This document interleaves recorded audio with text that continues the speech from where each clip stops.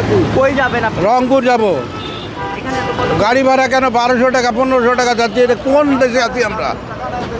এটা কি কোনো দেশ হলো? সাধারণ ভোট দেওয়ার জন্য ভোট দিবার জন্য যাব, সেটাও দিতে পারতেছি না। এটা কত হলো? হ্যাঁ, কয় টাকার ভাড়া? ভাড়া কত? 400 টাকার ভাড়া, এখন 1200 টাকা 1500 টাকা যাচ্ছে। এটা কোনো হলো? আপনাদের আসলে দাবিটা কি আসলে? আমাদের দাবি তো আমাদের কম দামে, আমরা তো ভোট দিতে যাবো, আমাদের তো গাড়ির দরকার। তো এই যাত্রীগুলোর জন্য তো ব্যবস্থা নিতে হবে। গাড়ি কই? ভোট দেবো কিভাবে?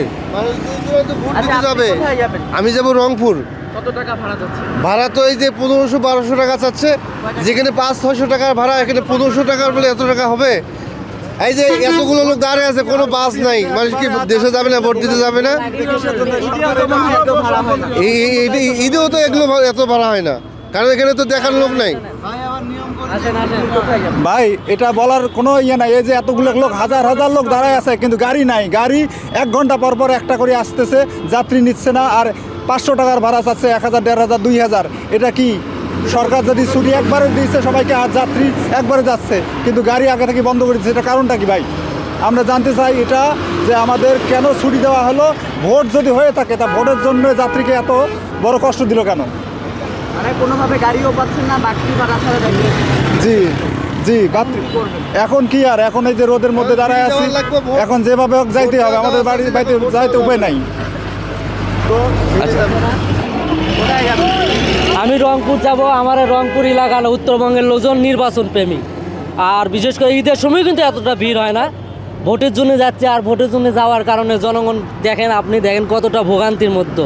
এখানে 500 টাকার ভাড়া, 1000 টাকা, 1500 টাকা, অনেক সময় গাড়িওয়ালা নিতে চাচ্ছে না, তারা একটা সিন্ডিকেট শুরু করে।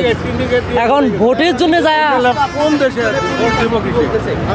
প্রশাসন তো নীরব ভূমিকা, প্রশাসনের এখানে কিছু করার নেই, তারা কিছু করতে পারছে না। তো তারা কি করে?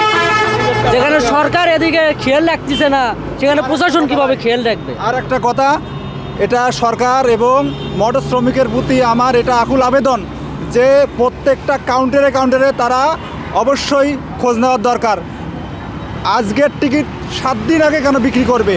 আর তারা 500 টাকা থেকে 700 টাকার টিকিট 2000, 1500 করে বিক্রি করে দিচ্ছে, যাত্রী যায় ওখানে ঘুরে আসছে। আমরা কি করবো এখন? এই যে এত হাজার হাজার লোক দাঁড়িয়ে আছে, বাড়ি যাবো কিভাবে? আর যারা দিন মজুরি, তারা যারা কোনো মতো খেয়ে এভাবে হলে তো ভোট কেটে, দেওয়াই সম্ভব না। যাদের 500 টাকায় দেওয়া সম্ভব না, যারা যাওয়া এসে 3000, 4000 টাকা খরচ হয়ে যাচ্ছে, ভাই কিভাবে এটা যাবে? ভাই এটা সরকারের প্রতি দৃষ্টি আকর্ষণ করছি, আপনারা কাউন্টারগুলোতে এবং যারা বাস মোটর শ্রমিক আছে তাদেরকে একটু নজরে দেখবেন।